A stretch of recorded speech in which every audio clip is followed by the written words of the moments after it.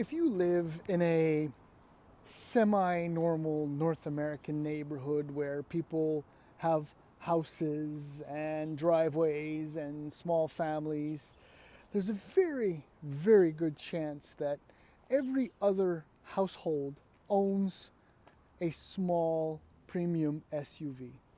The main reason for that is because despite the name and the brands and the logos that you'll find all over them, most of them are relatively affordable. And that's what makes them, interesting alternatives to, say, a small premium sedan or even a fully loaded regular SUV. I mean, there's something to be said about brand, right? We love our Louis Vuitton and all of our other premium luxury stuff, don't we all?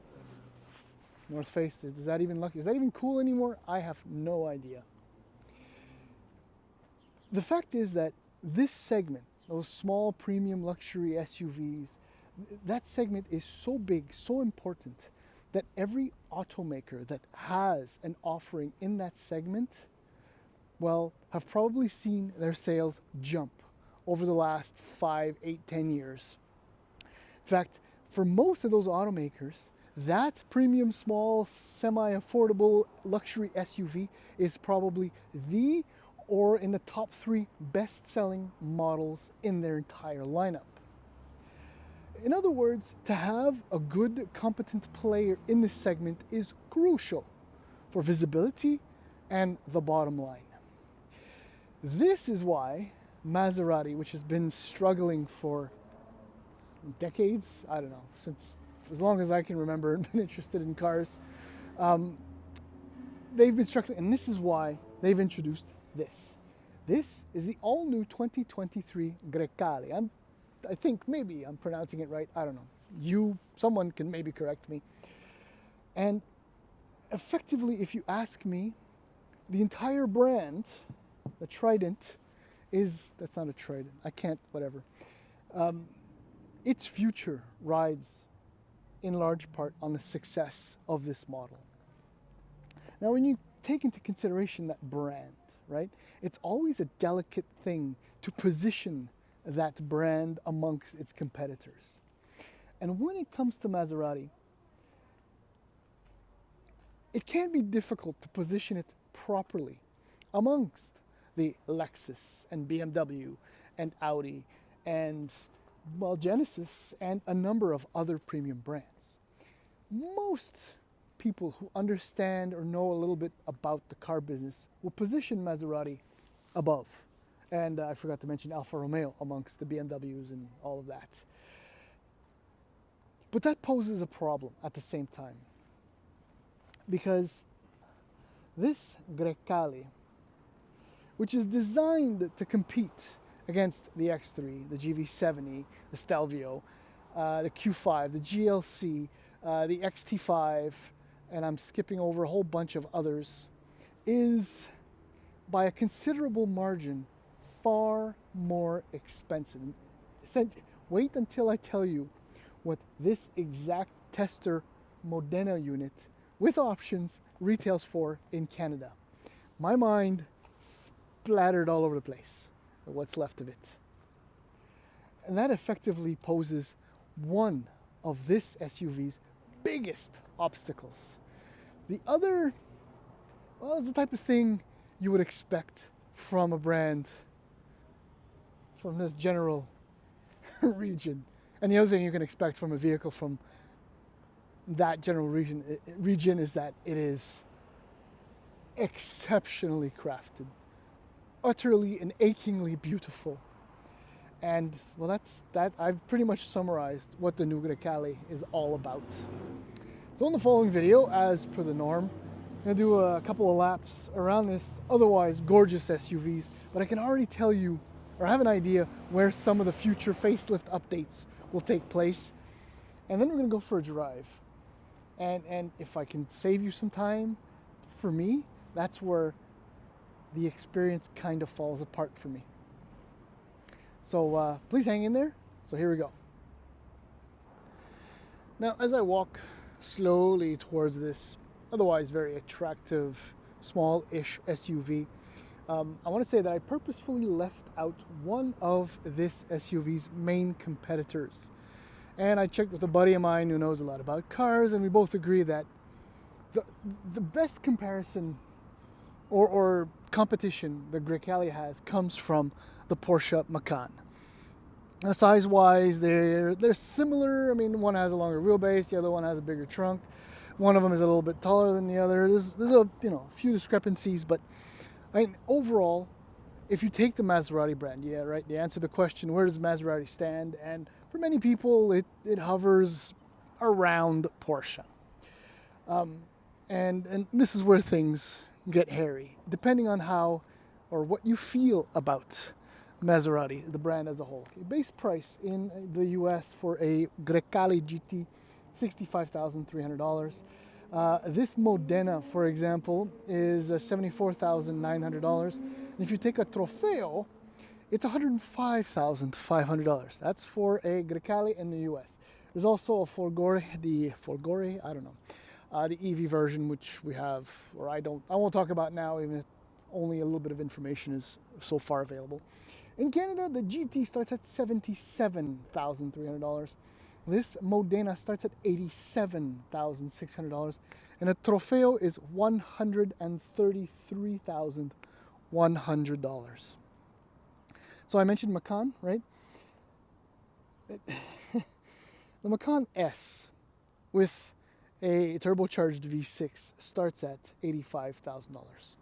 So it's a couple grand cheaper than this Grecale, which has, by the way, a turbocharged four-cylinder engine with mild hybrid technology. Right off the bat, it's a tough sale, okay? So what you get with the base price, just hang on there, I'm not quite done yet. The base GT gets a 12.3-inch digital IP, 12.3-inch touchscreen display, plus an 8.8-inch display. I'll show that to you in a few seconds. It's like a cascading thing, which has its ups and downs. Got a heads-up display, Apple CarPlay, Android Auto, Amazon Alexa, Sirius XM, 19-inch wheels. So the Modena, this model, adds larger wheels and tires. It's got slightly with matching bumpers. It's got different skirts. It's got interiors a little bit more touched up with the different cross-stitching, higher-end materials, and 20-inch wheels. It's just a little bit more premium, as you would expect in a slightly more premium, pricey model. Now this this Modena has a number of options, and I won't go through all of them, but the Grigio Lava is $1,000 for this paint. I'm tired of gray, and my Type R is gray, but I'm tired of gray. It's boring. It's just so boring. But this paint is lovely, admittedly. Look, it's got premium leather seats, 21-inch wheels, a driver assistance package, a Premium Plus package. All told, the Premium Plus, by the way, has cooled seats with sports seats, and it's all anyway, and a super high-end audio system. $110,000. I hope you were sitting down, because when I saw the build sheet, it's a good thing I was sitting down. Look, a Macan GTS starts at $100,000. It doesn't make sense to me. It just doesn't. It does not compute. It really doesn't. But this is one hell of a premium vehicle, I have to admit. We'll just do a quick tour. I mean, compact-ish in size, yes. Power hatch, obviously, there's no question. I don't have the exact spec for the boot, but it's reasonably sized for the segment. It's very deep, but it's not very wide. But that's not necessarily important here. I'm using it as the family hauler for the week. And by the way, the handles are just like a tab. I won't be able to show it, but it's in there. So they're power releases. So you got the buttons inside on all corners, plus some latches, which I'll show you in the front. It's a little bit easier to see. Yeah, the premium leather stuff. I mean, it's exceptional. But yeah, look, there's tons of room in the back for two adults. The fit, finish, the attention to detail it's exhaustive. It's appealing. It's gorgeous. It's eye-wateringly beautiful. So there's the latch if the button fails. And unlike the Levante, the last one I drove anyway, a couple years ago, there's no Stellantis buried in here. Even though maybe some of the workings are shared, this is just pure Maserati beauty. It's uncanny. I mean, the stitching, the leather is so thick. Look, the seats are unbelievable. I don't know what this is. That's kind of strange. That doesn't belong there. Pretend like that's not there. Ultra comfortable, supportive. Lower seat cushion extends. So let's just slide in aboard. Start it up like a good Italian. There we go. The noises. You hear that? What is that? In a $100,000 or $85,000 SUV, what is that noise? A 12.3 inch IP. This is your drive mode button. Actually, I pressed the button, but that's for your adjustable dampers. You can see it there, sport, and then it goes off. Comfort, sport. Now the exhaust changes a little bit. I usually leave it in GT. That's worked out for me. This is a funky feature. It's a digital clock that's meant to look very premium and high end, but I bet you it costs 1/100th of what an actual clock would cost, say for example in a Genesis. All right, so here's the big display. It's kind of, I don't know what to say. Now obviously it's warm-ish outside, it's fairly responsive, it's working well. This is your shifter, so park, reverse, neutral, drive. So if I could put it in reverse and just move on, okay, the handbrake's on. I just wanted to show you, look, in typical, yeah, okay, so right now obviously it's still kind of slow. The refresh rate is very slow. A lot of the parts of the menu can be slow to respond. See, you kind of saw that. And this is really good for what it's been so far all week. Now this is the 8.8 inch screen, which has all the HVAC controls. It's beautiful. The layout is spectacular. The way it's just one piece, curved and bent like that is unbelievable. But the thing is that the buttons are so close, so low, away from your eyesight when you're driving, right? If you want to hit the heated seat button, you really got to be precise with your move. You want to turn on, I don't know, HVAC, you want to lower the temp. Oh, you miss, oh, you got that. No, see, no. There's a lot of stuff going on here, and on numerous occasions. It's possible that after, a few weeks, you get used to where all the buttons are, but I'm going to guess it takes a hell of a lot more than 2 weeks. It's beautiful, but it's a horrible distraction. Beautiful and somewhat distracting too is again how beautiful the details, the fit and finish, the continuation of the vents, the speaker grills. It is a Sonus, I think. It's beautiful. It is gorgeous. And then everything goes to hell when you get right here. Because this vehicle shares a platform with the current Grand Cherokee, the A-pillars are monstrous. This is not something that's very common anymore in most modern vehicles. The blind spot is one of the worst that I've experienced in a while. I mean, doing a 90-degree turn around a cement divider, for example, wow, be careful because those 21-inch wheels will get whacked and it'll be expensive to replace them. This is terrible, terrible. But the steering wheel is gorgeous, and so are the paddles. Look at that. Oh, they're so beautiful. But yeah, the driving experience. So let's go do that now. Oh, and just before we go for a drive, I just want to say, the part about where the updates are going to come, definitely in the front. The headlights are so very timid and almost boring compared to everything else on this vehicle. I know there's some MC20 built into them, kind of, but I don't know. There's so much more room for a little bit more boom, jazz. But the grille though is fabulous. That's the pièce de résistance that drives a lot of people nuts when I pull up in parking lots or whatever. Anyway, that's it. So back to the drive.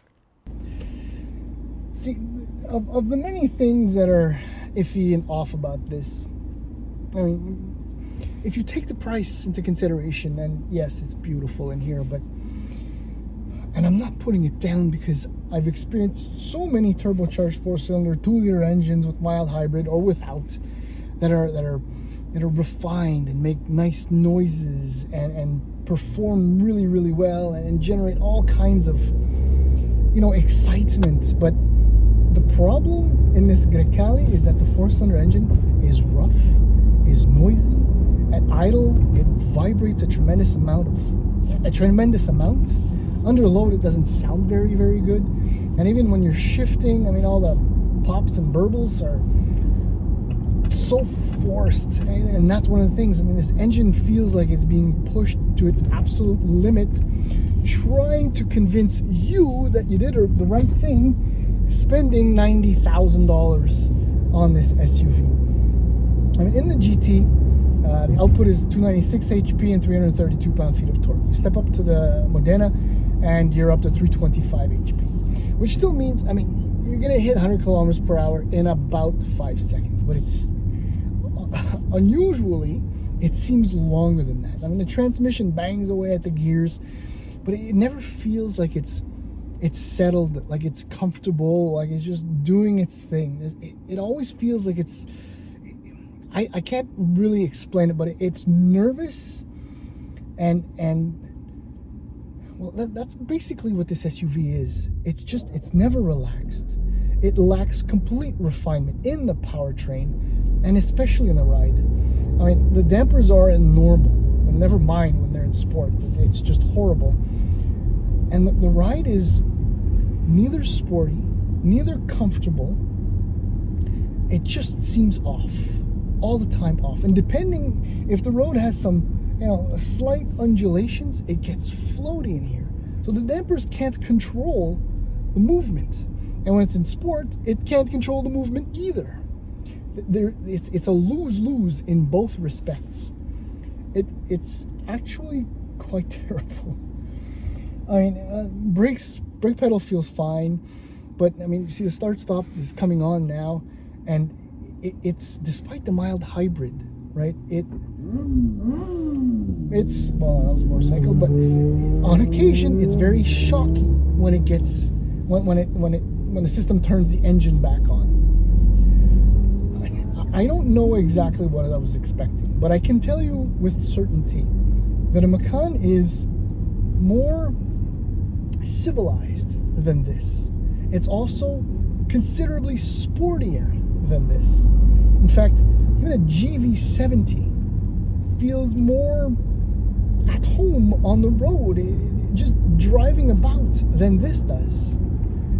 It's like it's worried it's going to get stabbed at any second, so it's always ready. The steering is fine, really, but there's no real feedback. There's no involvement. Something you would get in a Macan, for example. Essentially, it doesn't offer anything over and above what you would get even in a base Q5 or a GLC or a Stelvio, for that matter. And essentially, coming back to the brand thing, is that Maserati just wants you to spend a heck of a lot more money for the brand, just for the name. And it's impossible for me to say that it's worthwhile. And you pay more for a Porsche because it's a Porsche, because it delivers on the Porsche promise, right? Build quality, performance, and everything else that comes with it. But this it's a shot in the dark in the middle of nothing, where nothing is going on, and it doesn't answer any real question other than being pretty to look at and lovely to be inside. Oh, by the way, engine check light yesterday, but it's gone now. But that's what I was saying. It comes with whatever.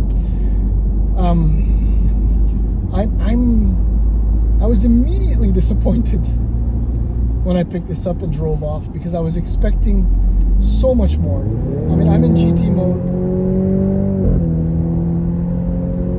It doesn't sound good. The last C-Class with their mild hybrid technology bolted to their 2-liter 4-cylinder turbocharged engine, it sounded convincing, solid, like real power was being generated. Yes, I know the C-Class is lighter than this, but I'm talking about speed, but I'm talking about that sense of occasion that you would get, that is available and possible with a 4-cylinder engine. Anyway, there's no way in my mind that anyone will actually walk out of a BMW dealer looking at an X3 and pick this over it, because for whatever $25,000 less the X3 will cost, there's no value in this. There's none whatsoever. Even a Q5, again, a GLC. I'm repeating them. I'm trying to think. An Acura RDX or a Lexus NX. They all do many things better than the Grecale. And this exact one for $110,000? No. Anyway, that's about it. I've said nothing, but I mean, if you're not particularly attached to this, don't necessarily waste your time. Just go to, copy your neighbors, get a Benz or an Audi or a Bimmer, and you'll be happy for the next 3 years during your lease, and then you'll trade up. That's it. That's all.